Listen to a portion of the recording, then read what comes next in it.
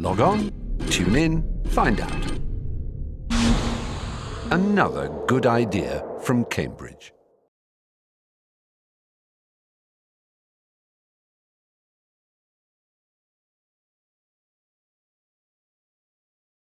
Hermann, when and where were you born? I was born on the 23rd of October 1948 in Vienna. Tell me something about your family as far back as you like to go. Some people like to talk about their grandparents, for example, or parents. Well, if you want to start with grandparents, which is actually an interesting story, with my great-grandparents, because my great-grandfather was born in Brno, in what now is Czechia, and the family history is that he walked all the way from Brno to Vienna with all his possessions on his back and a rucksack, and on his gravestone it said house proprietor and a Bürger of Vienna, which were obviously the two things that he was most proud of, and they ended up on his gravestone. So my mother's side of the family is Viennese, ever since my great-grandfather came from Czechia. So it's a typical Austrian gene pool with lots of ancestors from the various parts of the Austrian-Hungarian Empire and also from Germany. But my father's family is Tyrolean, so they have been farmers and innkeepers in the Tyrol for many generations. And during the war, my mother's family decamped to the Tyrol because Vienna was being bombed by the Russians and occupied by the Russians. So many of the Viennese just left and fled to the west. And she was she stayed at a farm near my father's home, and that's how they got to know each other. And they married, and I was the first son. And I actually grew up in the Tyrol, in a place called Wörgl, which is near Kufstein. How do you spell that? W-O umlaut R-G-L. And its claim to fame is that it's that's why unfortunately it got bombed during the war, is that it is a railway junction between the railway that goes from Germany to Innsbruck up the Inn Valley, and the railway that goes from Innsbruck to Vienna, which branches off and goes to Vienna from there. So I grew up in a tiny village, actually a part of Wörgl called Kurkreisel now, with, I don't know, 200 or 300 inhabitants, more cows than people, and just a wonderful village life with lots of... You spend a lot of time roaming around and looking at insects and butterflies and things, or not? Mainly pine cones in the woods, because they were the cows of the little farms that we built. So we built little huts and farms with moss, and the pine cones were the cows. Lovely. I remember doing that too. Tell me something about the character of your parents and how that might have influenced you. They had a very strong influence on me, especially my father. My mother, who moved back to Vienna after my father's death very quickly, because she really is Viennese. She's a big city girl, and she just loves the hustle and bustle of Vienna, and she loves going and go window shopping and have her coffee on the Graben in the Kärntnerstraße. She lives within walking distance of the St. Stephen's Cathedral. And my father, in many ways, was the exact opposite. He was a country boy and an entrepreneur. He built a wine business. He had a wine wholesale business. And I suppose a lot of my sort of entrepreneurial urges come from the fact that he talked about the business issues over the dinner table and over lunchtime. And I'm sure part of that has rubbed off. Also this feeling that he gave us, I don't know whether it was explicit, probably not, that the buck stops with him. So he was responsible for his business, and he employed, I don't know, 30 or 40 people, and he was also responsible for them. So things that didn't always go very well, and there was big sadness in the family if things didn't go well, because it was not just us that didn't do well, but sometimes he had to let some people go, and that was also part of the. Is that part of your ethic as a entrepreneur and businessman? Well, I'd like to think so. Things have not always gone well. Although arguably I've been as successful as anybody in doing entrepreneurial companies. But if you do entrepreneurial companies, there is always a very large amount of risk associated with that. And on average, actually, about 30% of the companies never make it. Mm. And then you've got to close them down, and people lose their jobs. And they've got to. Fortunately, we now have a wonderful environment in Cambridge that Andy Rich has described as a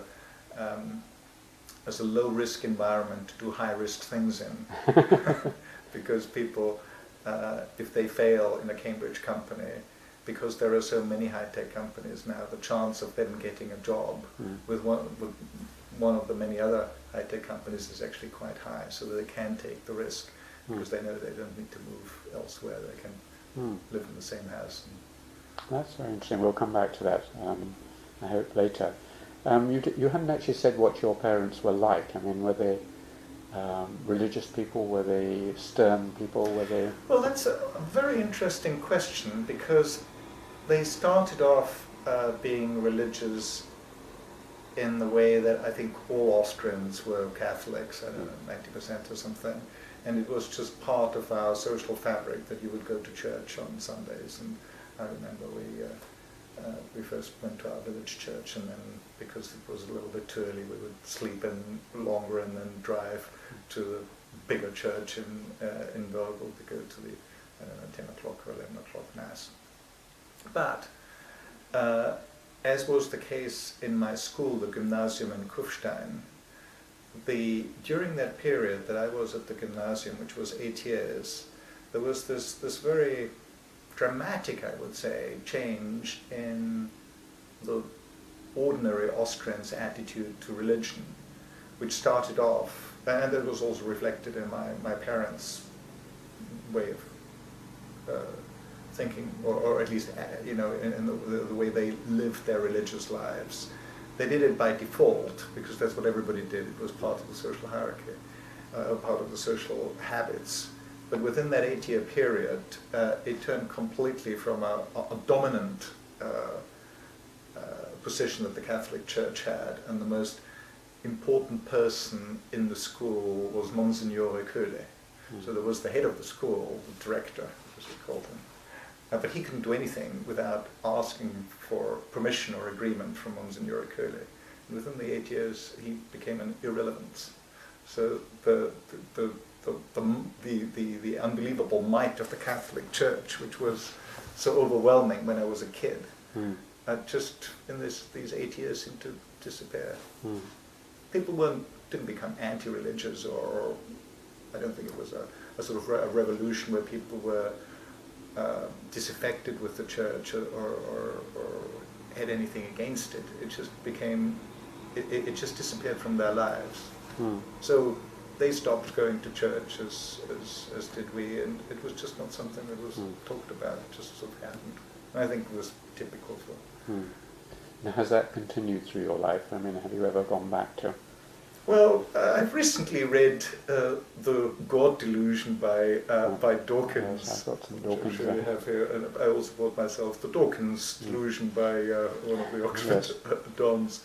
And I found both books really quite interesting, because it sort of reminded me of my own thoughts of religion and how I feel about it. Because on one hand, I found The God Delusion quite liberating, because there was somebody of very high social standing saying that it's okay to be an atheist. You can actually say it without, although in Cambridge, I suppose, it's a perfectly accepted attitude that one can have. But generally in society, especially with an Austrian background, it still feels a bit awkward to say that you're an atheist, which I suppose I am. but that you can be proud of it and say that this is actually the rational thing to do, I felt was quite liberating. On the other hand, I also felt that he was overdoing it a bit, because he then went on and said it's not good enough to be an atheist and say that you actually have to fight religion because it's such a bad thing. And I couldn't identify with that. I felt that there are, clearly great benefits that some people derive from religion. One more thing to say, since we're on that subject. I suppose I became a little quite disillusioned with religion in Austria, because it was so much part of just social habit rather than anything that was thought through. And I remember meeting a wonderful person called Steve Ferber, who was one of the brightest people who ever worked for me. He was one of the two inventors of the ARM. He's now professor of computer science at the ARM is ARM. ARM, yes. Yes. Originally the Acorn RISC machine and then advanced RISC machines. And he's religious. And he went to church quite often, was part of a church band, sang in the thing. And I felt at that time, well, he clearly is a lot smarter than I am. If somebody as smart as him is religious, obviously there are people who think, this is very valuable to them, so I have to respect that. So since that, I've become much more respectful of people who are religious, although I'm not. Is Pam, your wife, religious, or? No, she's, I suppose, she's the same as you. Like me, not anti-religious, but not religious. Well, we got on to religion very soon, but maybe everyone I talk to, we discuss religion, particularly scientists, because Dawkins often says you can't be a scientist and religious, but of course many great scientists were religious. And one just has to respect that. I mean, Newton managed to combine the two, so if it's good enough for him. So. Yes, but he also spent a lot of time on alchemy. That's right. Let's move on to your schooling. Do you remember your first school? Yes, my first school was primary school in Puchheisel, which was a wonderful village school. I think we had up to 3 years in one class, because it was a village school. It was so small. And I also remember that my mother forgot to tell them at primary school that she really wanted me to go to the gymnasium. Now the gymnasium was like a public school, I suppose, or a grammar school, I think, would be the best analogy with Britain. We have very few public schools. And of course, this was academically a very highbrow thing to do, and normally people from the village school would go to the Hauptschule, which is the normal progression. So when she finally told them, they were all got very excited about this, because they had prepared me for the entrance exam. So I remember this kerfuffle, and I got private tuition, and I just made it into the gymnasium, despite the fact that I did. What age do you go to a gymnasium? So Volksschule, which is primary school, is from 6 to 10, for 4 years. And then gymnasium is from 11 to 18 to the equivalent of A-levels, the Matura as we call it. Do you remember in either of the schools, sometimes it begins very early. One or two people have mentioned primary school teachers who have shown an interest in them and encouraged them, but do you remember any teachers who... Yes, Fräulein Edelstrasse was my first better spell that. teacher. Edelstrasse, so edel like in noble, E-D-E-L, and Strasse must be from Strasse, S-T-R-A-S-S-E-R, Edelstrasse. And she was just wonderful. I just loved her. And how old were you then? 6. 6. Yes. Everybody went to school at 6. We didn't have kindergarten, at least not in our village. Well, why did you love her? Well, she was beautiful, and she was kind, and she was knowledgeable, and sometimes she would sit with us. And I remember, like yesterday, I'm not very good at writing, I never was.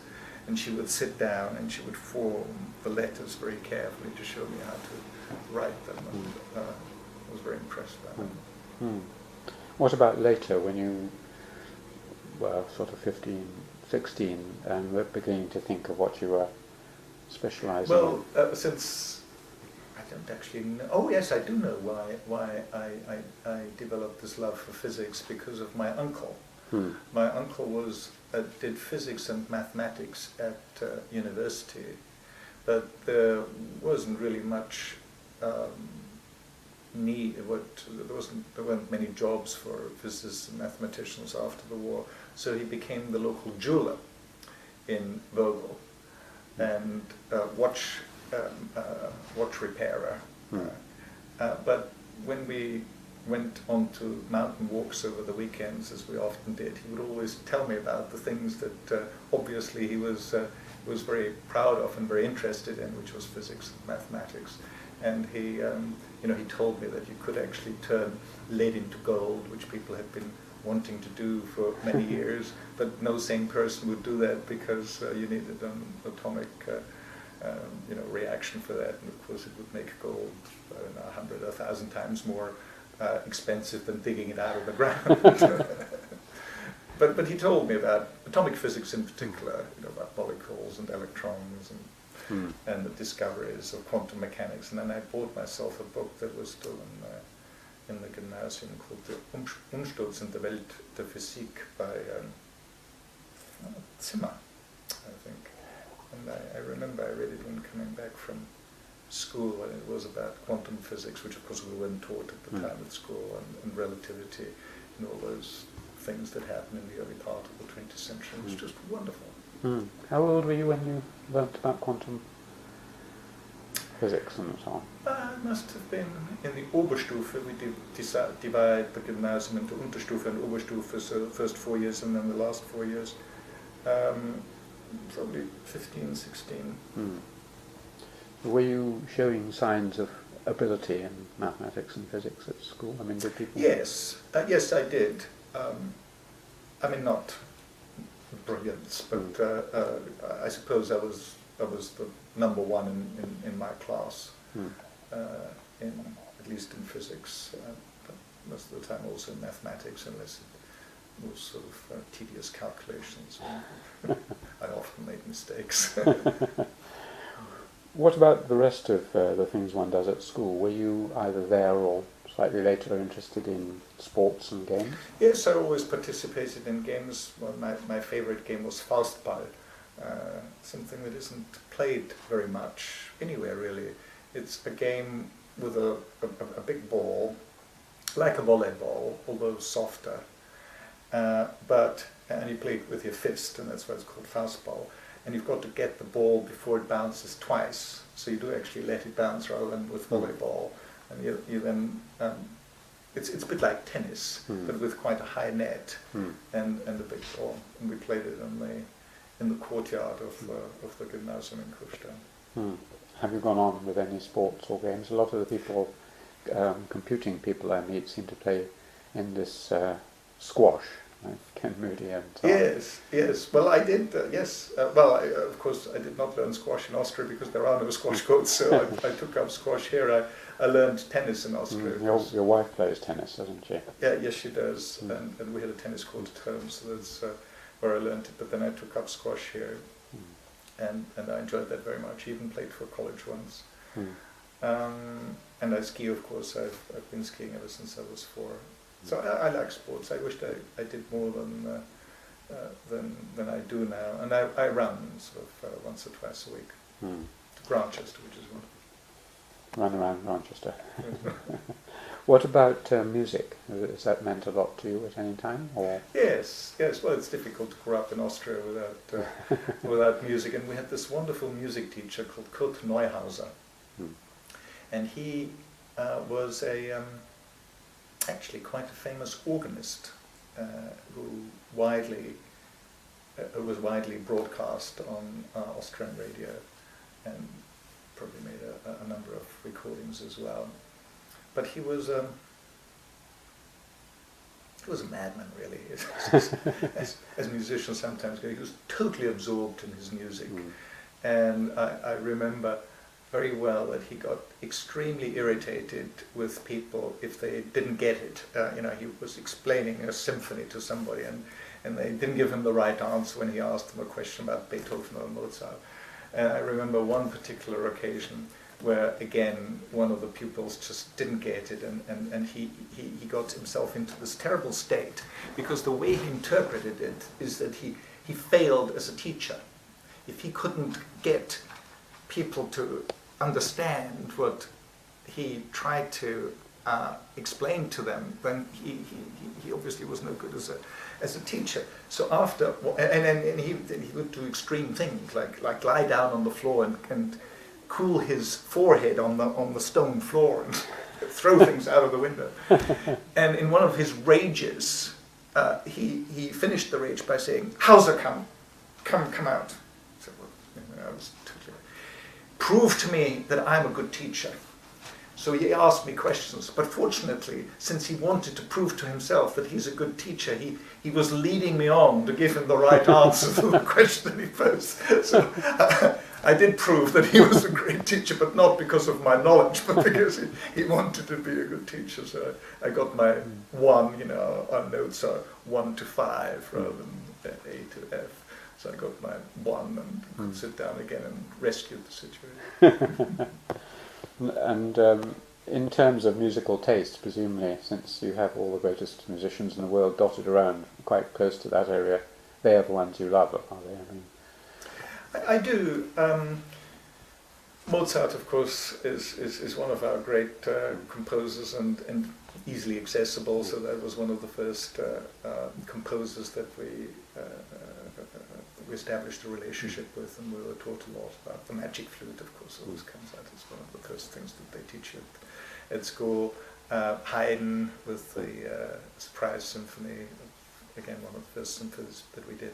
But then I really developed quite a taste for Bruckner, Anton Bruckner, a less well-known composer, and Mahler, and then Stravinsky, the more modern ones. And having lived here for a while, I discovered Vaughan Williams and some of the British composers, although according to Chris Curry, my partner, he didn't write for foreigners. Well, you're British, you see, now.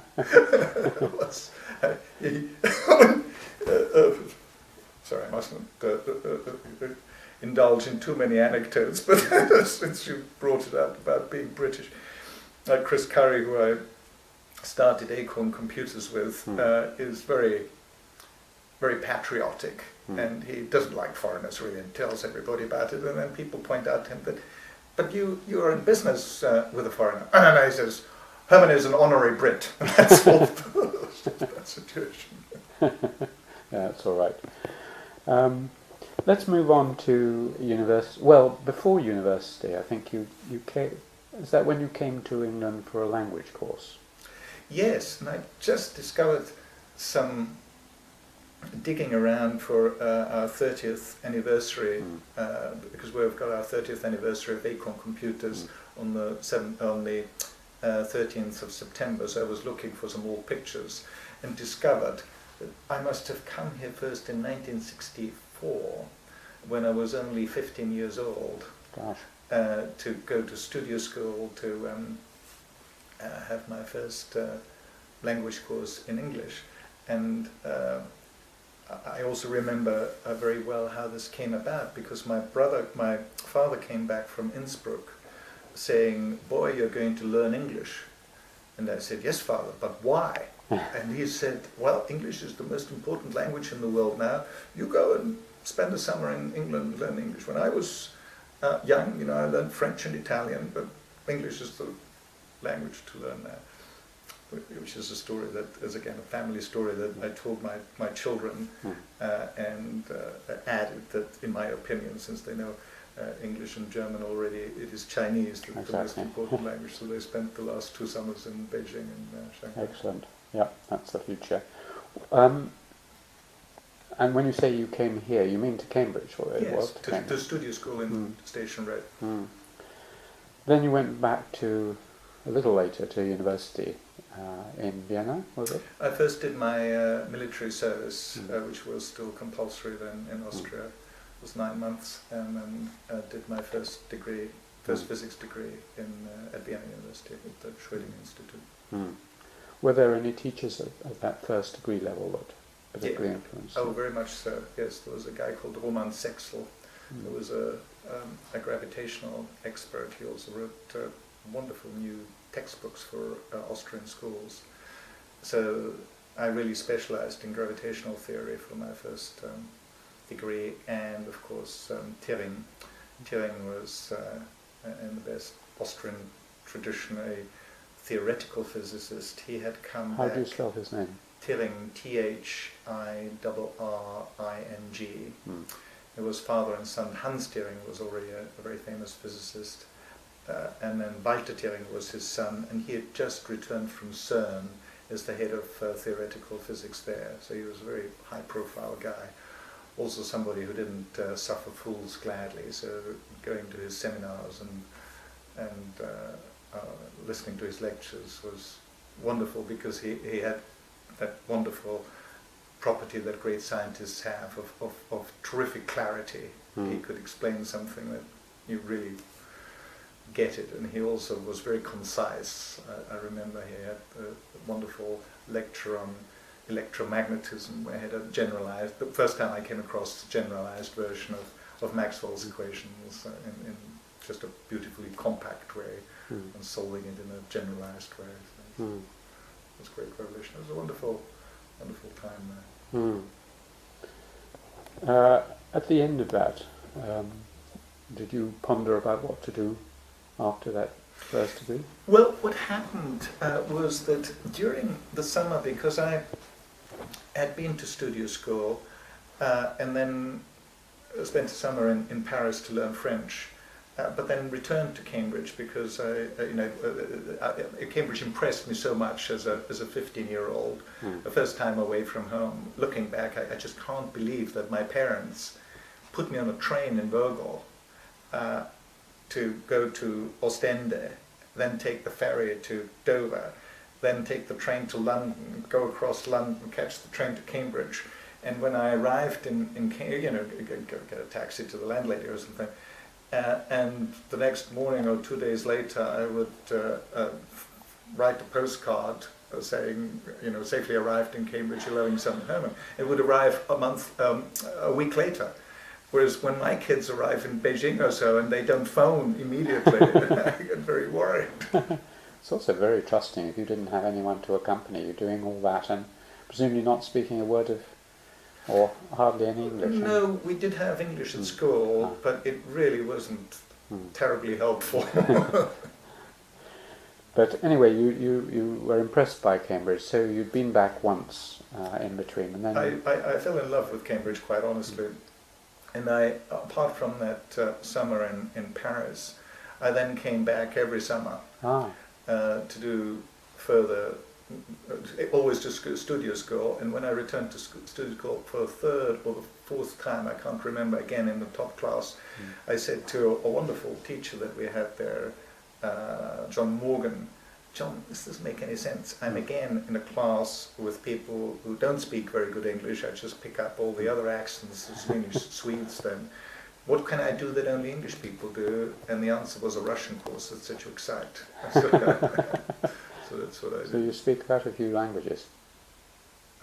Really only English and a little bit of French and a little bit of Italian. My Russian is so... A bit of German and a bit of... A bit of German, yes. And a bit of Tyrolean, which I suppose we could argue is it's a very strong dialect of German. Anyway, you were, presumably even as an undergraduate, you thought maybe, and when you were being lectured on Maxwell and so on, maybe it would be nice then to go on to Cambridge, or go back to Cambridge. Yes, so what happened during that period that I did my first degree at Vienna University, I became a research assistant in the Cavendish for the summer, because again I wanted to come back and do something that only English people do, in an English context. This is the old Cavendish you were in? This is the old Cavendish, yes. And what year was that? That must have been in the early 68? 70s.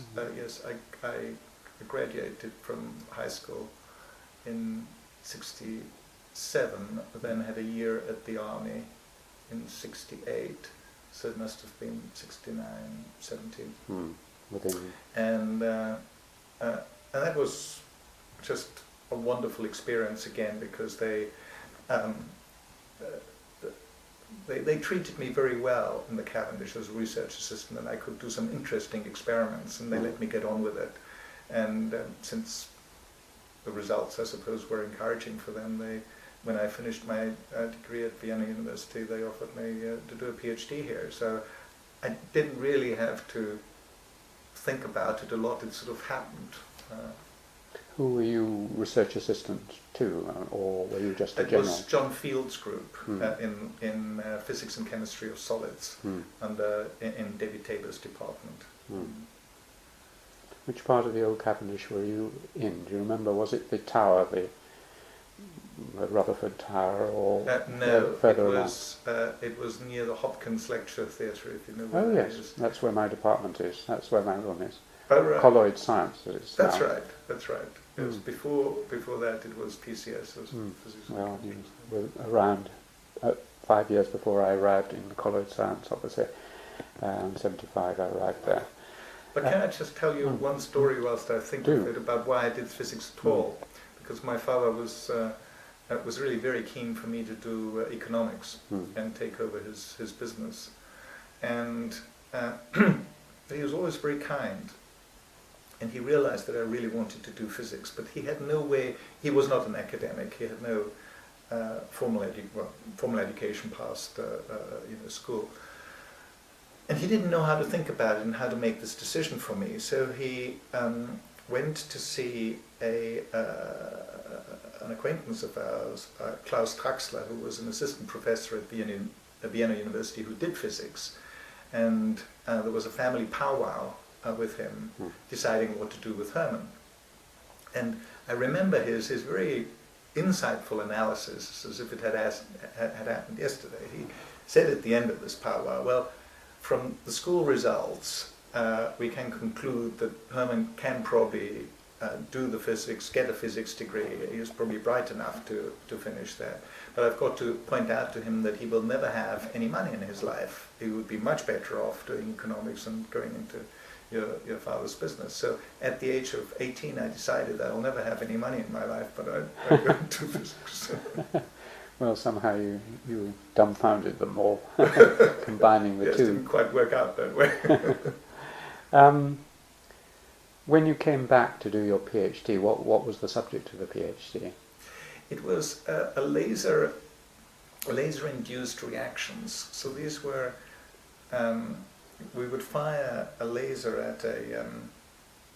at a surface and see how plasma would form, and whether or not this could trigger an explosion. So it was quite and using high-speed cameras. These are cameras that would take up to 1 million pictures a second, sorry, at the rate of 1 million pictures a second, so a resolution of 1 microsecond, which at that time was by far the most advanced high-speed photography that you could do. So I went from quite a theoretical background in gravitational theory via my research assistant work to something which was very applied. And then in the end, this is the start of my PhD, but what I ended up doing and where I managed to get a few publications was applying a new computer analysis method for thermobalance and differential scanning calorimetric data that I got for chemical reactions. So there's actually a thing called the Hauser method, which is a very lazy way of getting all three reaction parameters out of a single experiment. Normally people had to do multiple experiments to get the three basic reaction parameters, but this method could do it in one. Who was your supervisor? John Field. Yeah, he was. Is he someone we should hear more about as a teacher or theorist? Well, he was very, very helpful as a supervisor. He also was very helpful when writing up the thesis, which is a difficult thing if you haven't ever written a book before. So his guidance there was very much appreciated. But he was not a very theoretical person. He was a very practical person.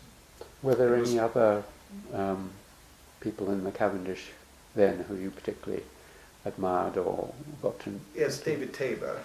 Because David Tabor, I don't know if you remember him, but he spoke many languages. So when I would normally be in early and do something in the workshop, and he would always come in through the workshop, go up to his office, and he was such a kind man. He would always stop when I was at the lathe or doing something, and would always speak to me in German, and we had a little chat, and he would go up to his office.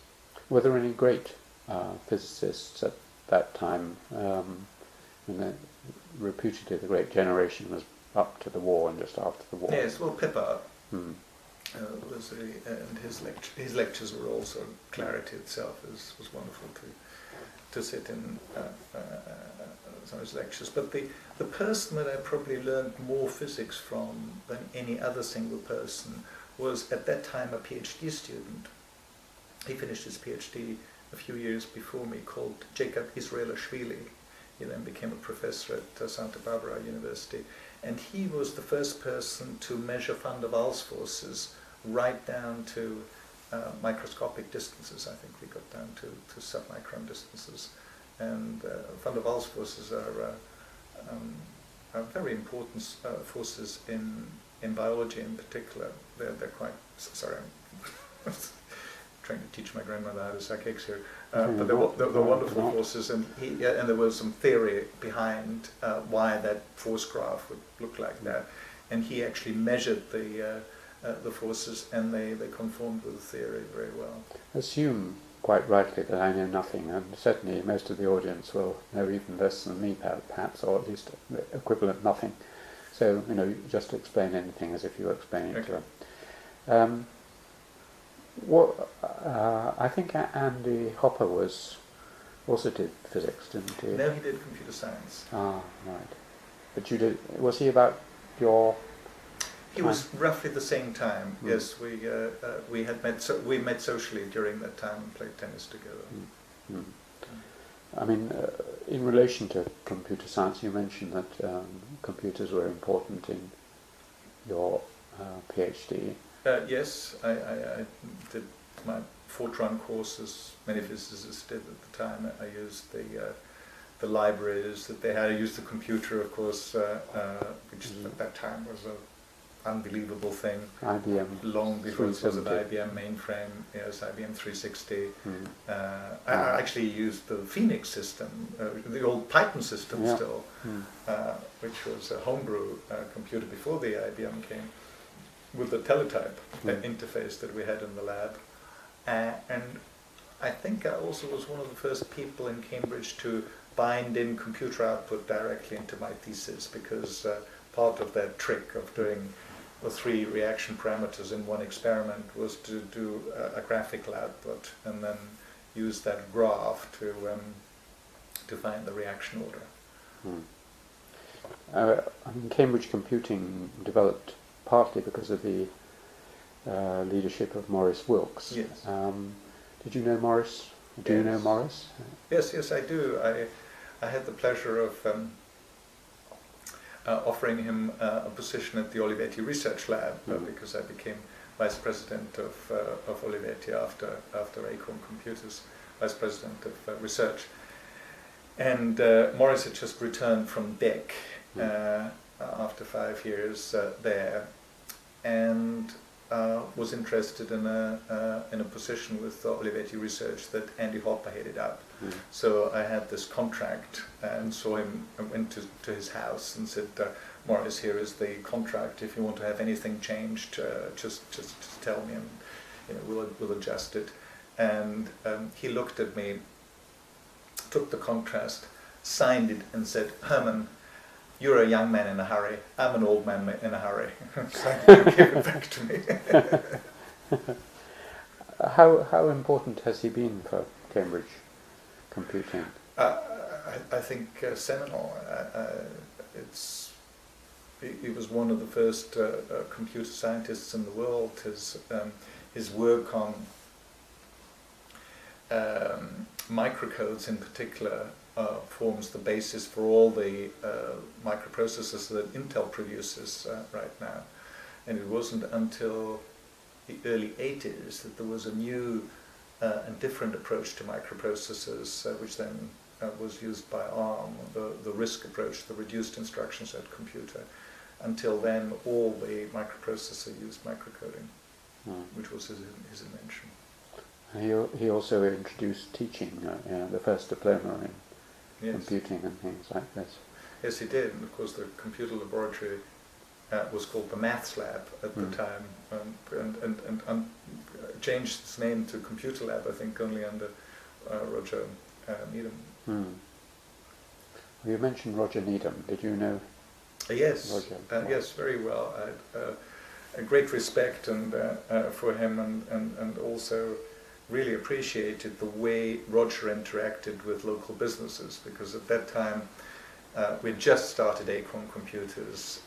Our premises were at 4A Market Hill, about 200 yards from the computer lab. One of my best investments I ever made at Acorn Computers was Fitzbilly's buns in the afternoon for anybody who wanted to come, which meant that half the computer lab was at Acorn at 4 o'clock in the afternoon, and they normally didn't go home, they then stayed. And one of the traditions at that time was that whenever I got hungry, which was normally around 7 or 8 o'clock in the evening, would go get a meal off me if they were still there. So a lot of the breakthroughs, and there were lots of them. Acorn was a very innovative company. Tell me about some of them. Yeah, lots of these breakthroughs were actually made in the Italian kitchen, a few doors down. When we had dinner, well, one of them was the Econet. So one evening we went out there to the Italian kitchens and invented networking. We thought we had computers, they really ought to talk to each other, and we got terribly excited about linking them all up in a local area network. And we designed this network. And Andy walks in. He said, Andy, come over here, we've got this network, and here it is. We had it on the proverbial serviette. And Andy took one look at it and said, total rubbish. It'll never work. The way you need to do this is like this. And it was this change that Andy produced to a very simple, what basically was an Ethernet type arrangement that then led to the most successful local area network in Britain at the time. We had 10,000 installed Econets in British schools before most people knew how to spell Ethernet. What date was this? This must have been 80, 81. Have you still got the napkin on which it was scrawled? I don't think we have the napkin, although I remember that napkin floated around in the museum for a while. But since we have the 30th anniversary, I will ask for the napkin. Maybe somebody has it. I don't. Well, I'd love to have a copy of the napkin anyway for my collection. Yeah. This was something that, there were many other developments occurring just at that time with computing. Yes. It seems to have been a very rich and exciting period. Well, I think that although Acorn doesn't exist anymore, one of the reasons for the Cambridge phenomenon is that Acorn philosophy, we were really a systems company, that we designed our own chips, we designed the hardware, we designed the computer, we wrote the operating system, we wrote the application software. We were the only computer company at the time to have a local area network. That wasn't en vogue until a decade later that everybody had a... Andy told me that Bill Gates came and looked at this thing and said, "What is it?" Yeah, he did. We showed him this thing, and I showed him our BBC computer, and he wanted to sell us MS-DOS, and I told him, look, Bill, we couldn't possibly take such a retrograde step, because look at the operating system that we had, which was way ahead of MS-DOS at the time. And by the way, you could type star, I am Johnny, and you are logged on to the file server via the local area network, and you can use exactly the same load and store commands that you would use to get files on and off a floppy disk, to get files on and off the file server, which might be far away. And Bill's response to that was, what's a network? It wasn't in any way, you hadn't thought of moving images around by this time, because of course the famous Cambridge copy pot was perhaps a little bit later, when you could send... It was later, and people often forget that in those days computers had, the BBC computer came in a Model A and a Model B variety. Model A had 16 kilobytes, not megabytes, kilobytes of RAM, and the Model B had 32 kilobytes of RAM. So in 32 kilobytes of RAM, now just the caches of microprocessors are typically a megabyte. It was an unbelievably small amount. We had word processors running. There were lots of books in Cambridge were written on BBC micros. We had spreadsheets running. We had graphics, but these were typically line graphics, quite chunky graphics. But there was no way you could do video or high-resolution pictures, because, as you know, a single still picture that you take with a camera is nowadays a megabyte or 2 megabytes, and we only had 32 kilobytes for the entire computer. That was the operating system, the application, and then the data. So video came a lot later. I remember those days. I had an Osborne, which was one of the early one with a tiny screen and so on. I've never quite understood. This is a local area network and sending materials round. And yet I've forgotten his name, the man who is credited with having invented the internet. The Ethernet, Bob Metcalfe. Sorry? The local area network that has now become the worldwide standard is called the Ethernet. Yes. And that was invented by Bob Metcalfe at Xerox. Was it? Yes. Where's Tim Berners-Lee then? That's the internet. Ah. So it's different from the Ethernet. What is the difference? Well, the Ethernet is a local area network, so that's a typical size of the local area network would be maybe 100 meters. 100 meters is the typical maximum length of an Ethernet cable, whereas the internet, of course, goes across the globe. And Berners-Lee was important in this because he developed these codes, was it? I mean, the HTML, XML. He is the inventor of the World Wide Web, and he did that at CERN. He was a physicist, as you know, and he did it at CERN in order to share all the results, the CERN results, easily between all the researchers all over the world.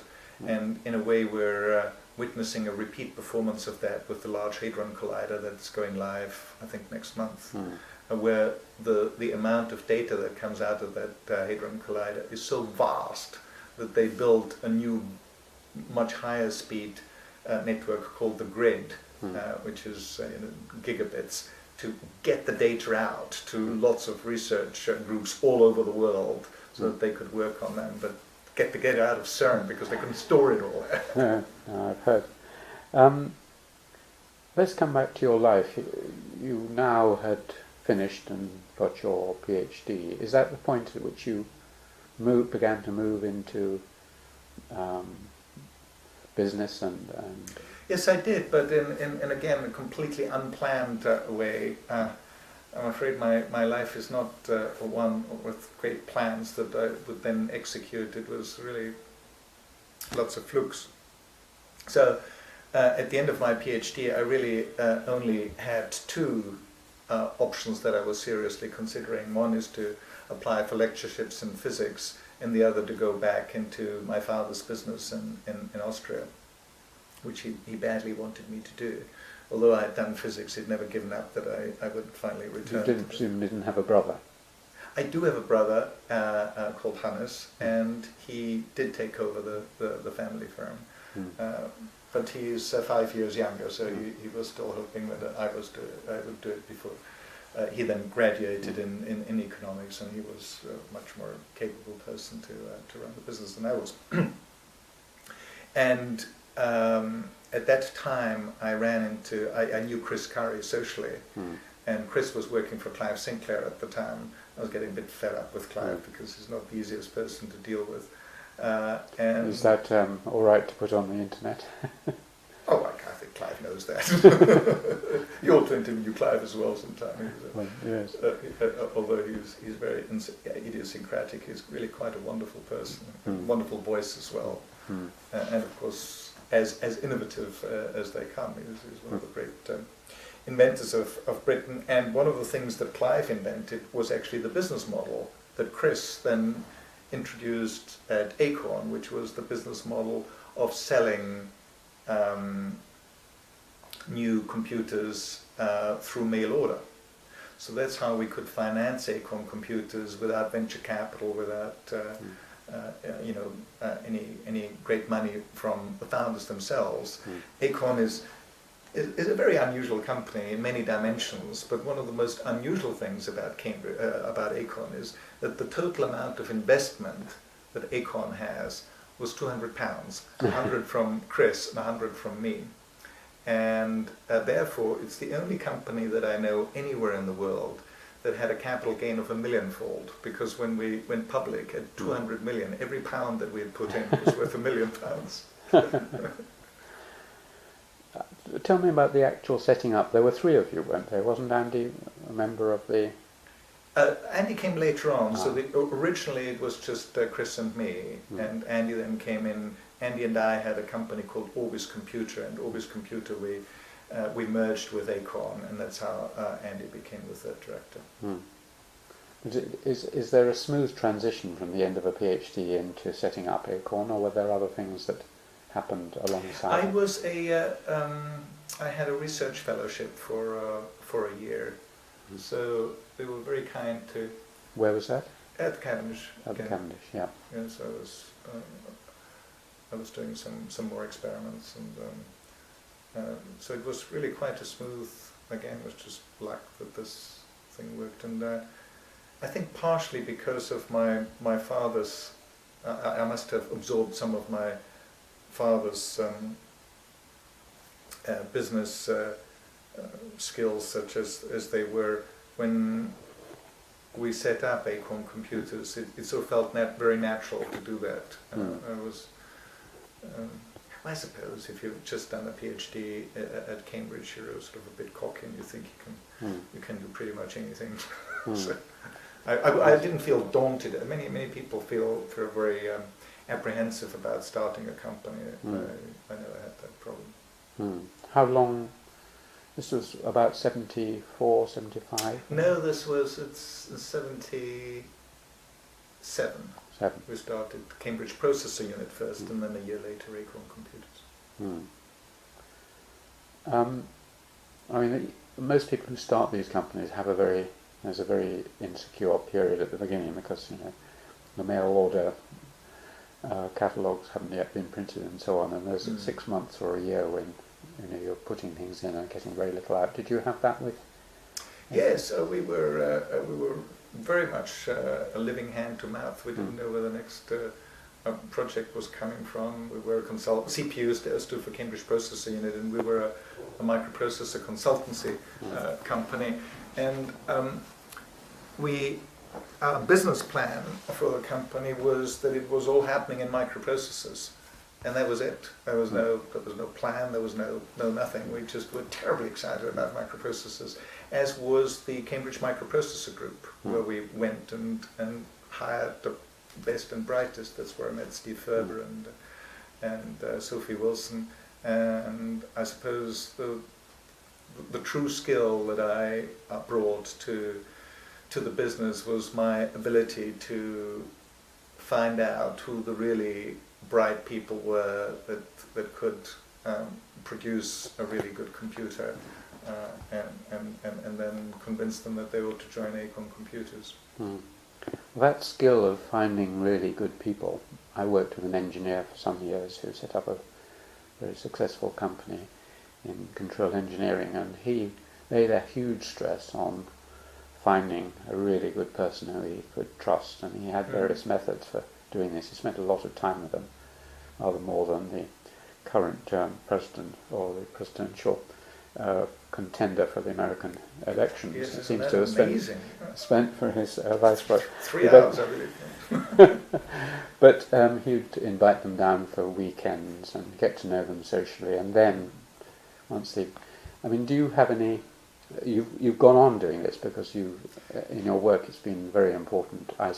Identifying successful entrepreneurs. Absolutely, and of course, it was a very natural thing to do at the time because there was true excitement about microprocessors, and then 20 years later there was the same excitement about internet. And I recognized they were exactly the same people, same sandals, same attitude to life, same absorption in a new exciting thing that was going to change the world. We knew that the microprocessors was going to change the world, and the idea of bringing microprocessors to the people, of letting people have access to a personal computer. It wasn't even called a personal computer at the time. It was called a home computer.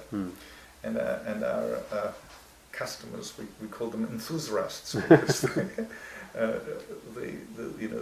our first product had a key feature, and the key feature that you had to get right was that it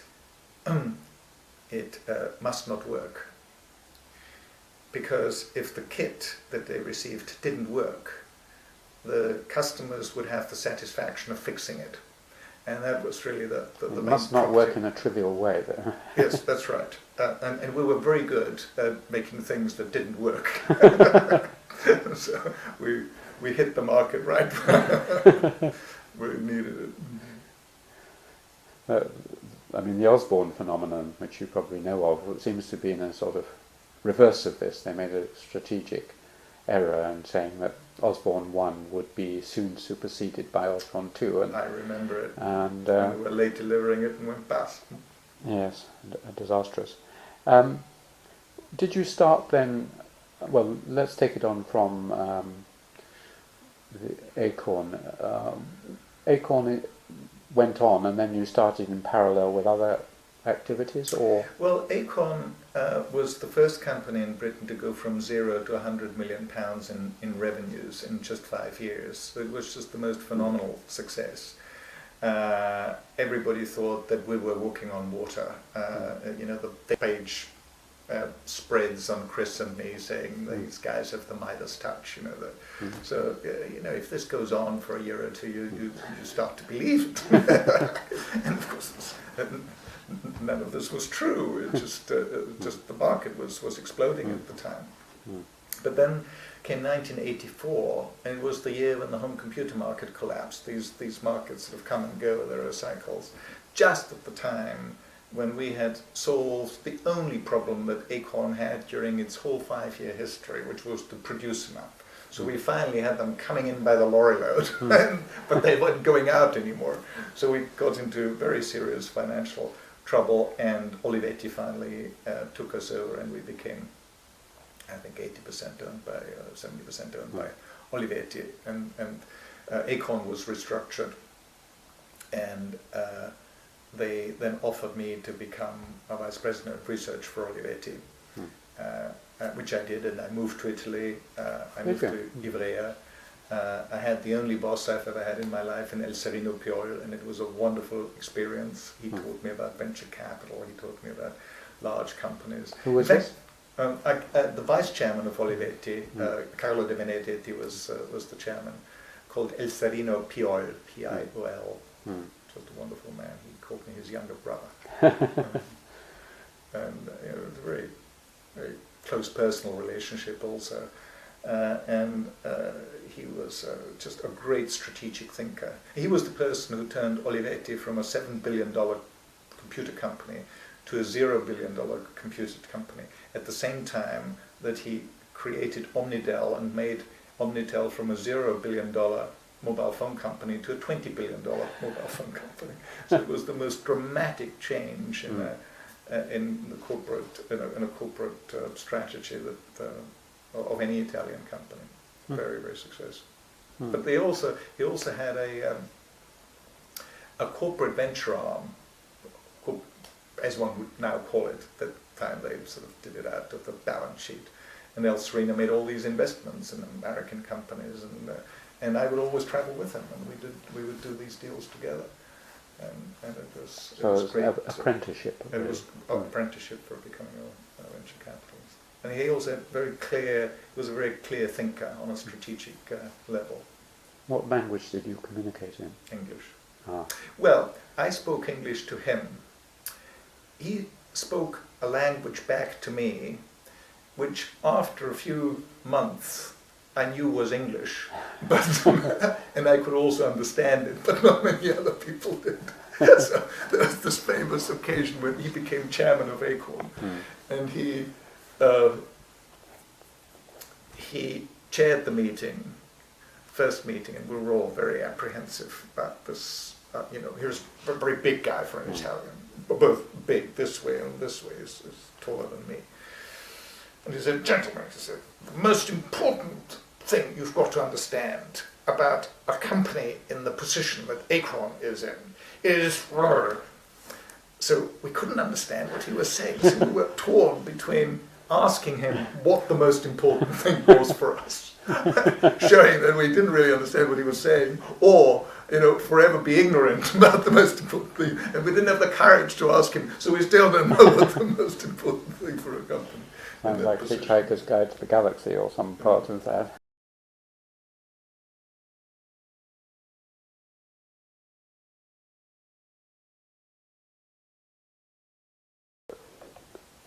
Tell me something about the difficulties of, or important fields of information retrieval that you think might be relevant to current storage of huge amounts of information on the web and elsewhere. Well, as you know from your own work, this is a very challenging field, because if you know the categories beforehand, you can organize a hierarchy, and if people know what they're looking for, it's not too difficult a problem. But most of the really interesting things that we're interested in, we don't know the precise hierarchy or what we're looking for. And I consider this problem one of the most fundamental problems of intelligence, full stop, because if one thinks about how a child learns about the world, it's a similar problem. They've got a problem that there's a huge amount of information that they absorb in the first few years of their lives. And how is it that they come up with structures which, at least for a particular culture, are very similar to the ones that everybody else has? And I first came across this problem reading we had an Arbeitskreis in Vienna. It's one of the nice cultural aspects of Viennese intellectual life. Amongst us students in physics and mathematics, and we chose a book by Rudolf Carnap called Logische Aufbau der Welt, the logical construction of the world. And the thing that impressed me so much at the time is that he started with a single concept, the concept of Ähnlichkeitserinnerung, loosely translated, the recollection of similarities. And starting with that single concept, he showed in his book how you can build up all the other concepts that we have in our language, just basically by set theory. Of course, they were all. He was part of the Wiener Kreis, the Vienna Circle, and set theory had just been invented. So he went through this in quite a tedious way using set theory. But we now know that Bayesian probabilities is probably a much more elegant way of approaching it, and one of the things that I would like to do sometime in the future is to see if we could build a computer that is a probabilistic computer rather than a traditional microprocessor, and I hope to put together a group of people that help me think about it, of course including Steve Ferber again and Steve Young, who's been working on speech recognition, and it's all probabilistic hidden Markov chains, and we've got a great knowledge of a wealth of people who know about Bayesian arithmetic, most valuable company in Cambridge now, Autonomy, run by Mike Lynch, of course, is all based in Bayesian principles, and we have a very strong group in the engineering lab on that. And I really think this is just such a fundamental problem, possibly the most fundamental problem of intelligence, that I'd like to do more work on it. Let's come back to, and you must be now in our story, this is about 1981, 82. Yes. What happened after Olivetti? That was 85. That's right. Well, I became Vice President of Research for Olivetti, and we actually moved to Italy, to Ivrea. My first daughter was born here in Cambridge, but during the time that we were in Italy. And I had 7 research laboratories all over the world. It was just a wonderful time to get to know how a large company works. That's what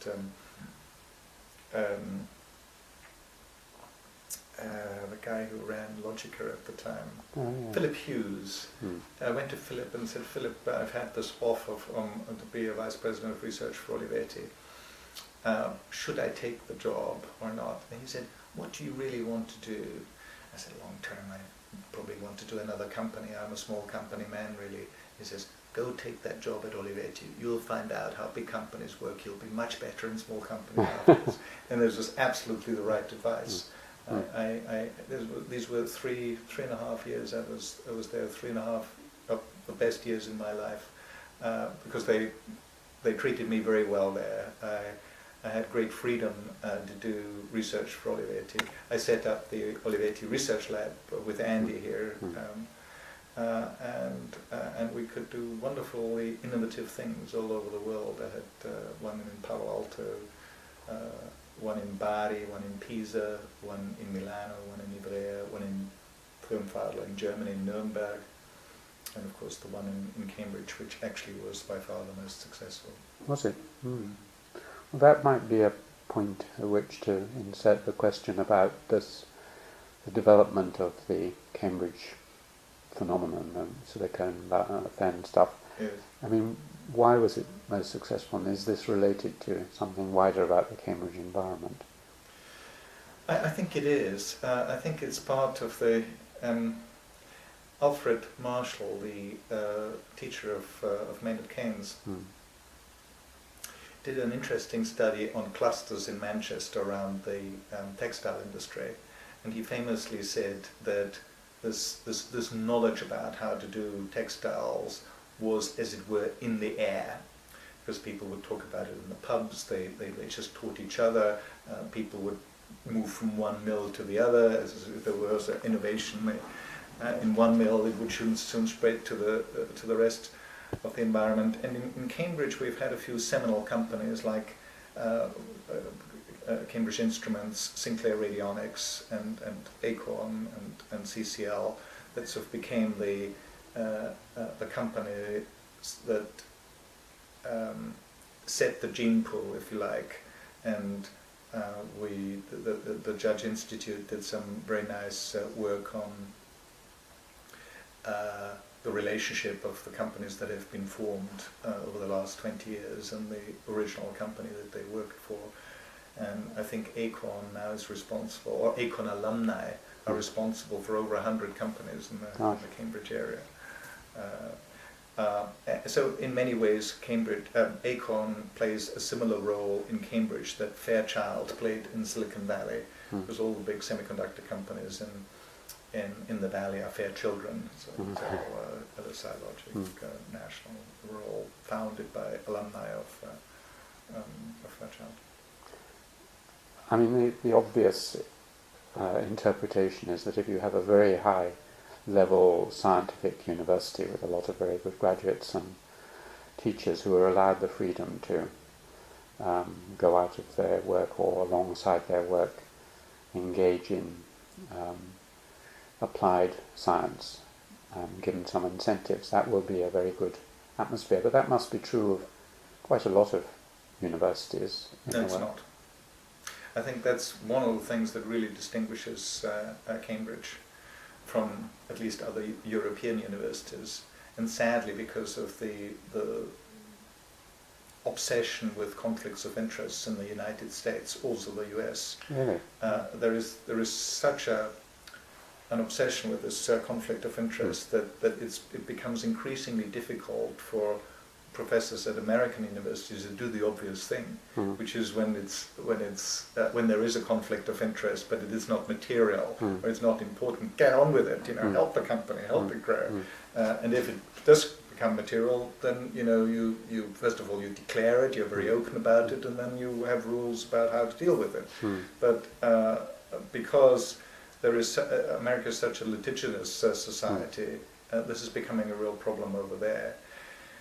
Over here, Roger Needham was a classic example of somebody who, from personal experience, was unbelievably helpful to Acorn Computers in the early days. He allowed us to employ people in the computer lab on a consultancy basis. In fact, some of the chips in the BBC Micro were developed in the computer lab by people who were lecturers, and they were consulting for Acorn at the time. And of course, he also allowed his students to be fed Fitzbilly buns at Acorn at 4 o'clock and spend a bit of time with us. And then he would come to me and said, Hermann, we've got a bit of a problem in the computer lab. You clearly have benefited from the relationship with the computer lab. We've set up basically a slush fund that we need a bit of money or so. How about it? Would you like to contribute to that? And of course we did. So it was totally informal, but I think both the computer lab and Acorn benefited from that. At that time, in a very informal way, just because people trusted each other. In the meantime, it's become a little bit more formalized, but it needed to, because the stakes are higher, the companies are bigger, and of course the contracts need to be more precise. But there is still a willingness on both sides to be supportive of each other. And sadly, especially many continental universities don't do that. They just have an aversion to work with business. I was talking to someone called John Wood, who's on the European region initiative and head of engineering, I think, at Imperial College, and he said that there's been a sudden recent big shift in particularly this aspect in China, but until about a year or two ago there was a big firewall between universities and startup companies, and they've taken this down, and there's been an explosion. There is an explosion occurring in Shanghai, particularly Jiaotong University. Isn't that nice? Oh, that's good to hear. I haven't heard that. But I've also heard another thing. I wondered whether one or two of the interviews, I think, have mentioned an apprehension that the university here has the number of, maybe related to the increasing bureaucracy, numbers of administrators, desire to try and free up funds for the university. They are showing a greater interest and desire to somehow make a little bit more money out of these startup companies, and so intellectual property rights are now being scrutinized more carefully, and whoever it was who told me this said that they were worried that this might tend to stifle what has been a very productive relationship. Yes, well, there has been a great debate a few years ago about IPR, and I think the most important thing is that the university decided on clear rules on how to do this, because there were no clear rules before. And one of the problems that we had before was that you couldn't actually go to the university and say, could I please pay for this IPR, base a company on it, and go and do it, because they didn't know who the IPR belonged to, and they couldn't they could neither say, I give you a license to this IPR because I own it, or say, no, I don't own this IPR, go do it. The only thing they could say is, we don't know. And that was not very helpful to base a company on. So that particular problem was solved, so there are now clear rules. The other thing that I think has happened for the better is that this clear rule set is now being implemented by a subsidiary of the university called Cambridge Enterprises. And I think we've been quite lucky in the person who was hired to head up Cambridge Enterprises, that's Terry Willey, because she had done a similar job for Chicago University, and she actually spun out a group into a venture capital firm that did that for Chicago, and she has a personality that fits into the Cambridge, that I think is non-confrontational. And my hope is that this actually will lead to more spin-outs than in the past. But it is true, there are more rules and it's more regimented than it was before. You mentioned Cambridge in relation to the continent. What about Cambridge in relation to other British universities? I mean, Oxford seems to have quite a successful Science Park. And yes, and so does Imperial. So Cambridge is an outlier, as it often is in its rule set. The IPR arrangements in Cambridge are the most generous in Europe, I think, and more generous than Imperial and Oxford, and I think that's a good thing. I'm surprised about America, because being up Silicon Valley and seeing how close it is to Berkeley and Stanford, I'd always assumed that there was quite a lot of movement between those universities and Silicon Valley. There is an enormous movement, but their IPR arrangements are much tighter than the IPR arrangements here in Cambridge. However, there are one or two universities in America, and it's an interesting experiment, who say there's the Doyle Act, the Doyle something Act in America, that said all the funding that American universities receive, all the research that's funded by federal funds or state funds, if any IPR is generated through these funds, that IPR belongs to the university. That was a famous act. And most universities do that. But some, one or two exceptions that say, no, it's free for anybody to use. And it's an interesting experiment because, as far as I can see, there is not much difference between the number of spin-outs and the exploitation. So both work. Just continuing on these spin-outs and your role in this, I was amazed to see a diagram of a kind of network analysis of the different companies. There was a picture of you, and they'd done sort of coloured weightings of the different sets of relationships, and you appeared like some mafia boss to be there in almost many more kinds of link and relationship to many of these things than anyone else. How do you account for that, your position in?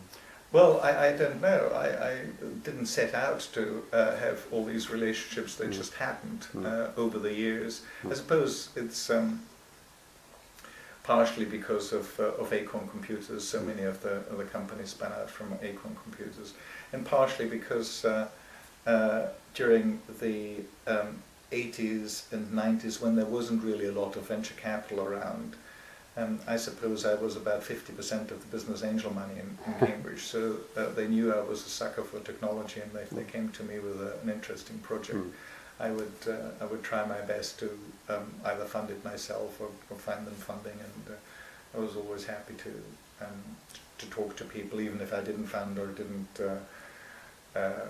manage to raise funds for them, because I'm always interested in new projects and new technology. So I suppose that's how these relationships came about. Well, one of the things that I think, if I remember it rightly, you set up was a venture capital fund, Amadeus, Yes. Can you tell me something about in that? '97. That was founded by. Well, it's interesting to remember why we started Amadeus. It was at the time when people did not believe in technology venture capital, especially not in Europe. And interestingly, all the money we got from America, not Europe. So the Americans believed in European technology funds before the Europeans did. Now most of the fund comes from European pension funds, etc. And people just didn't believe that there was enough deal flow. But I knew there was enough deal flow because I had so much deal flow personally that I couldn't cope with the number of projects anymore. And that's why I felt it was time to start a venture fund. One of the other people on these diagrams is Richard Friend, who I've interviewed and talked to. And he was telling me about electronic paper or whatever. Can you tell me something about that development? Because I gather you raised a very large sum of venture capital support to support. Yes, we did. It's the largest venture capital round ever raised in Europe. We raised over 200 million for Plastic Logic, which is the company I founded with Richard Friend. And we've actually built the world's first electronic plastic electronics factory in the world in Dresden, in East Germany, which will be opened on the 17th of September. And it's quite a historic event because it will be the first time in 50 years that a new semiconductor goes into mass production. The last semiconductor was silicon. So practically 100% of the world's transistors are made on silicon. And here is a new one made out of plastic, and it came out of the Cavendish laboratory where Richard did his PhD. I think just 1 year after me, we did our PhDs just 2 doors from each other. And we have a new product which is called an e-reader that I think will change the way people read. It's a new product category. It's a product category between a personal computer and a mobile phone. It's clearly lighter, and you can hold it in one hand very easily. You'll be able to change pages just by touch. It's got a touch interface, and it is very paper-like. It's a reflective display, not an emissive display like laptop displays.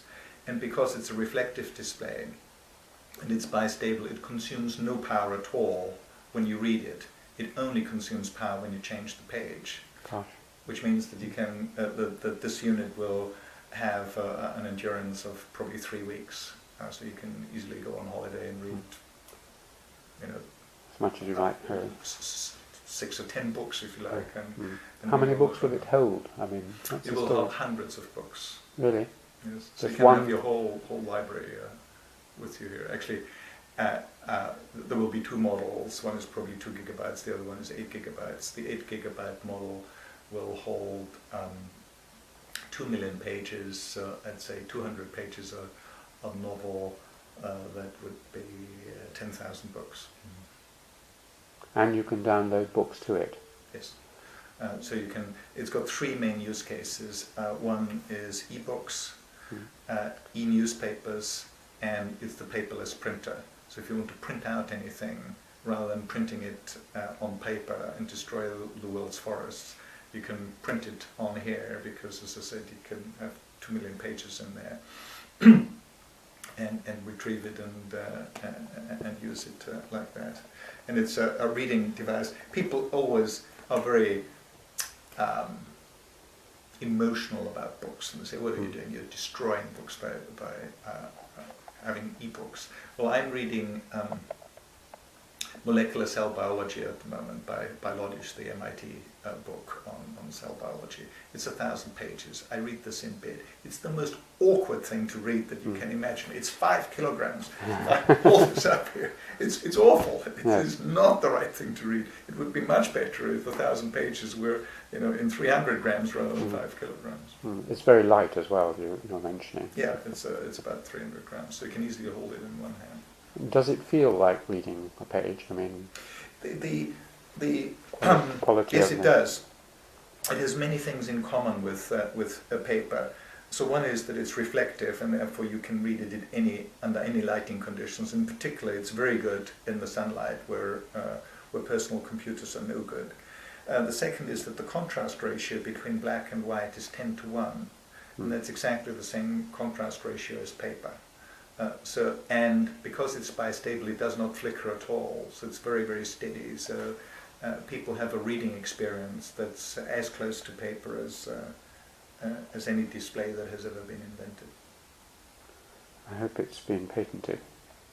Yes, it has. We have over 70, I think it's 72 patents. Really? Gosh, amazing. But when I asked Richard about it, he said he didn't think it would replace books. I mean, people like books and they will go on. Of course, yes. But for particular things like newspapers and so on, it'll be extremely helpful. One, just a further thought, you said that you could print out, which will be extremely good. You can print out all your emails onto it and hold them there. Exactly. But how do you find them? What's the search system on it? You just download it from your PC, so it has a Bluetooth and a Wi-Fi interface, yes, and a USB interface. Yeah. So when you connect it to your computer, you will have a shared folder, so anything that's in that shared folder will be synced out onto the e-reader, the plastic e-reader. So, but you wouldn't be able to search it on the e-reader very easily? There is a search function on the e-reader as well, and you bring up, this is a touch interface, so you bring up a keyboard there and you type in the search. So it will have a keyboard on it as well? It will have a pop-up keyboard. Yes. And can you then input things into it? Yes, you can, but of course you're typing on a pop-up keyboard, so it's not something where you would input a lot of text. But you could then, in effect, use it as a computer and type in things and send things? You can, but that's that's not the main use case. The main use case is really a reader, that it's an e-reader. If you want to type something, you really want to have a keyboard with moving keys rather than. It's good enough to typing the odd word and doing the searches, but I wouldn't recommend writing a book on it. If you had to compare it with, say, the Amazon e-book reader, the Kindle, yes. Kindle, what were the advantages and disadvantages? Well, the main difference is that the Kindle is a 6-inch display, which is about this big, and this is an 11-inch display.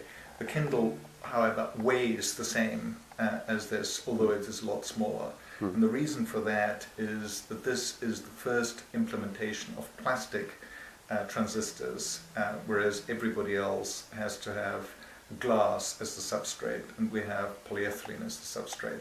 So that's why it can be light and flexible. If you're trying to produce a display as big as this is roughly A4, in glass, it would be very much heavier, and of course it would easily break, whereas this doesn't break. This is flexible. Can you drop it in your bath? At the moment it has one USB which we're also trying to make waterproof, so if you put a bunion there, which we'll provide you with, you can throw it into the pool and it'll be alright. You can float in the pool and read it. Really?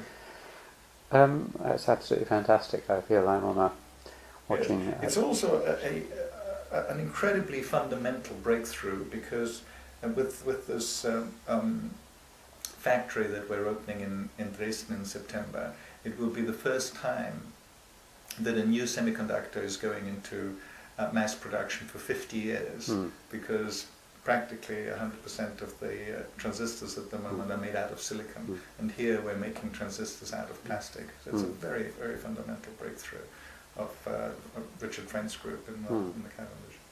What about the other thing that Richard was talking about, which is their experiments in capturing sunlight? Oh yes. Well, his group, as you know, has just been unbelievably productive. They first invented polymer OLEDs, organic light-emitting diodes, and then went into a company called CDT that I was also involved in, which was now bought by Sumitomo. The second spin-out was Plastic Logic with Henning Seringhaus, one of Richard Friend's brilliant students, who is now a professor himself. He's a Hitachi professor at the Cavendish. And we're now thinking about, or Richard has a wonderful new approach to photovoltaic solar cells, again based on plastics rather than silicon. and I'm very excited about that, and maybe we can produce another company, another spin-out from the Cavendish around that. As I was talking to Jack Lang, or rather my wife was talking to Jack Lang, and she asked him what he thought was going to be the most important development in computing and related in technology in the next 10, 20 years. She expected something entirely different, but he mentioned this photovoltaic cells. I think you might well be right, because it's such a big problem, this energy problem, and this is such a neat solution because it's a long-term solution.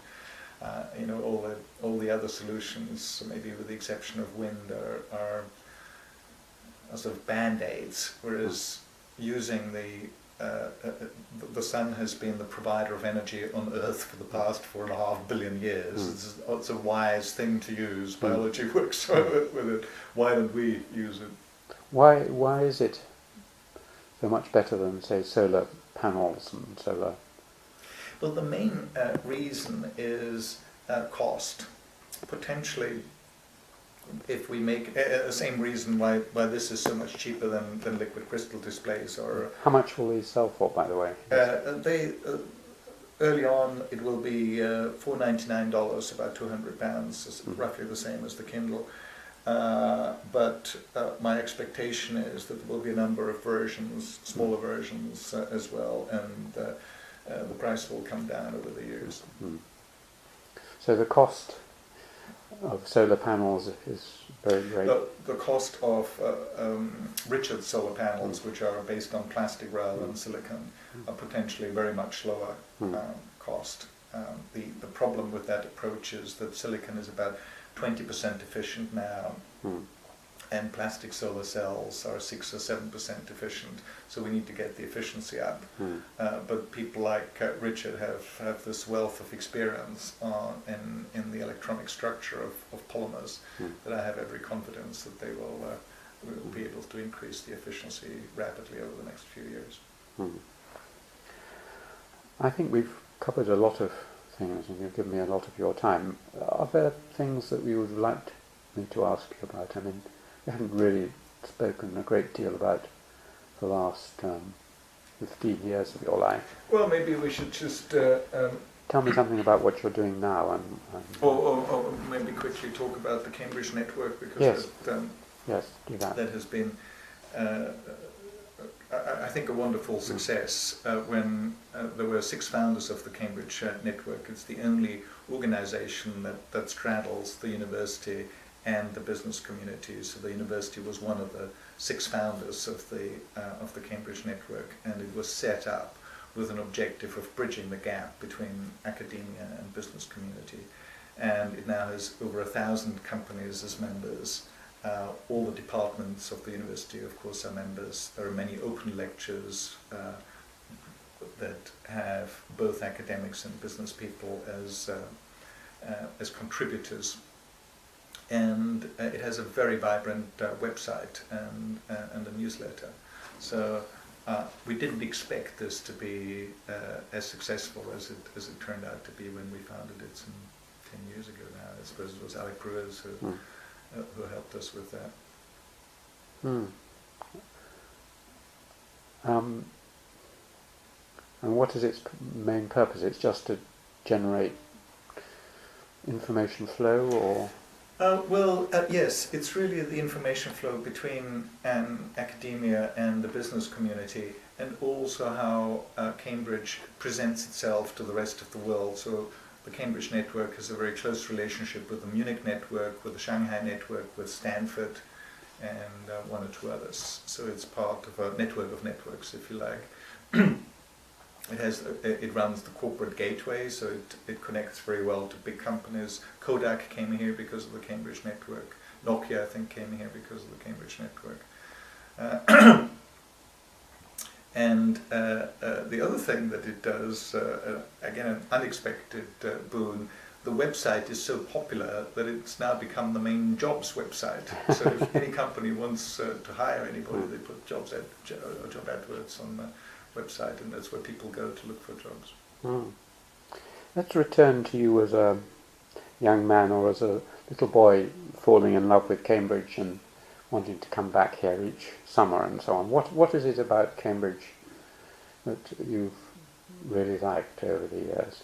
Well, in those days, I suppose it was the girls and the river, and it was actually King's. Is one of the reasons why I applied to King's. It was I spent a lot of time on the back of. Were you at King's King's? Hunting. Yes. I didn't know it. I mean, I know you're an honorary fellow, but Yes, I did my PhD here from 73 to 77. Oh, I was here then. We didn't meet. Don't suppose. So the girls and the river. And the river, and of course the academic environment. One of the really nice things about Cambridge is that as an Austrian with a bit of an accent, you're accepted here. Having a slightly different cultural background is not considered as something odd, but something interesting. And so I always felt very much at home here. Especially in King's, where there are a number of distinguished economists from Central Europe anyway, Caldor and Kahn and all these people. Do you think the college system is one of the important features of Cambridge intellectual? Yes, I do. I'm surprised how much I when people ask me who I identify with or which organisation I identify with in Cambridge, is really King's, because I lived here and I had lots of student friends here, and I suppose it's this exposure during very formative years that creates this bond. Of course, I'm very proud of our university. I'm very proud of the Cavendish, but the strongest emotional bond is really with the college. Oh, nice. Well, we must have dinner together then. But are there any fellows of King's now who you know better than others and have remained friends over some years with? Well, Herbert Hubbard, because I suppose there's another physicist I stay close to. I had a nice relationship with Alan Bilsborough, who was my tutor at the time, and I was a tutor for graduate students, wasn't he? Yes, he was. And there was a time when I thought I wanted to change from physics to artificial intelligence, because I went to all the AI conferences at the time, and it was the exciting thing at the time. And he gave me a lot of good advice and introduced me to people to talk to. There was the Keith King's Van Rijsbergen and people like this. Did you meet? Pardon?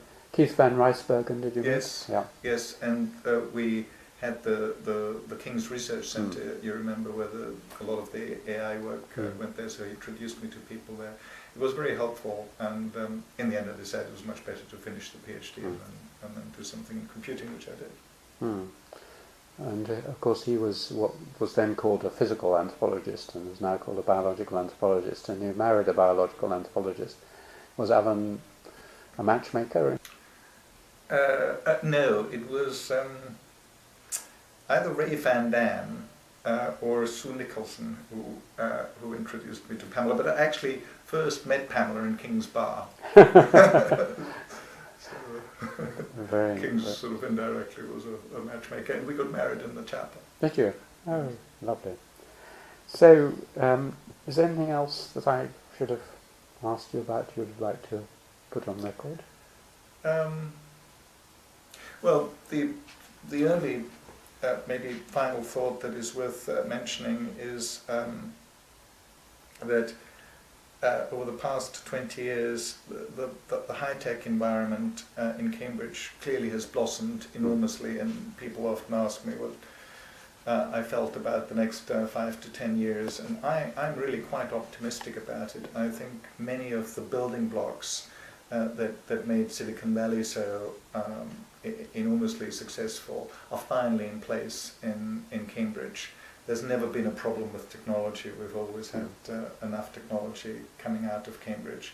There was a real problem with management. We just didn't have experienced managers, and we now have many second-generation serial entrepreneurs. In fact, a very interesting data set is that in Amadeus 1, 17% of the deals we did were serial entrepreneurs. In Amadeus 2, this had risen to 40%, and now in Amadeus 3, it's 70%. So it went from 17 to 70 in just 10 years. So there's a lot of homegrown talent that we now have that we can work with.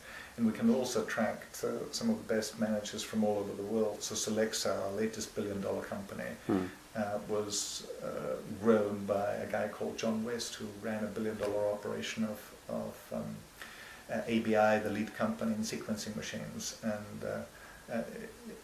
we went to him as a little Cambridge startup and said, John, we have bad news and good news for you. The bad news is we have a machine here that is 100 times better than the one that you're selling. We're going to blow you out of the water. And the good news is we want you to do it. And he saw this, he looked at it, he's a physicist, he understands the technology. And he said, yeah, you're going to do this and I better do it for you. That's a lovely story.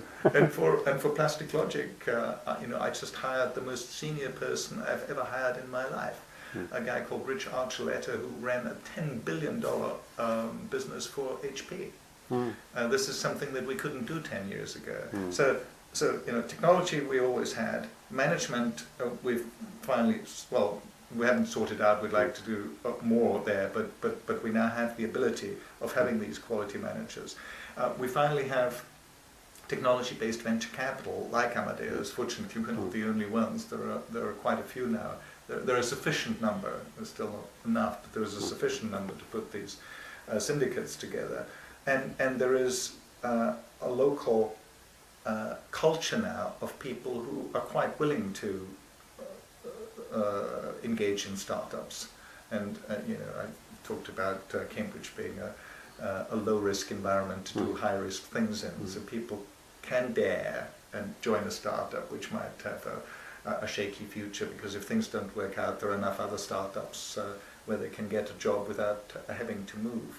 So I'm really quite excited about the next 5 to 10 years. And the other criticism that people make is there aren't really any more interesting things to do. All the interest in the internet is mature now, computers are mature, what else is there to be done? I have never seen more exciting new projects, as many new exciting projects as I'm seeing now. So maybe to end on a positive note. Well, almost, but there's another question that has occurred to me, if you don't mind. That is, you mentioned earlier China. Yes. I spend quite a lot of time in China and talk to computing scientists there and so on, and it, in some respects, as you know, it's a very, very exciting environment. Yes. Huge talent and energy and growth, and yet some people say it doesn't have the creative abilities, and there are various things stifling it. I wondered what you felt about the future of Chinese. I think this will change, as it has changed in all other cultures. Is my guess. The belief that we can dream it up and they'll build it, I think, is a very short-lived phenomenon. They clearly don't just do Nike shoes over there. And one early example of that is a company called Huawei. Huawei produces telecoms equipment, is now one of the largest telecoms equipment companies in the world. About 3 or 5 years ago, they had a huge court case that Cisco brought against them because they were copying Cisco kit. Cisco is the leading provider of network equipment in the world. And now, 5 years later, Cisco hopes to copy what Huawei is doing, because the Huawei kit is now ahead of Cisco. They are actually the innovator now. Cisco is the follower. How do you spell Huawei? Huawei is H-U-W-E-I. And where are they? In Shanghai? In Guangdong? Shenzhen, I think. Shenzhen. Yeah. They're probably all over now. Well, that's also an optimistic note. So perhaps on that second optimistic note, thank you very much indeed, Hermann. That was fascinating. Well, thank you for having an interest.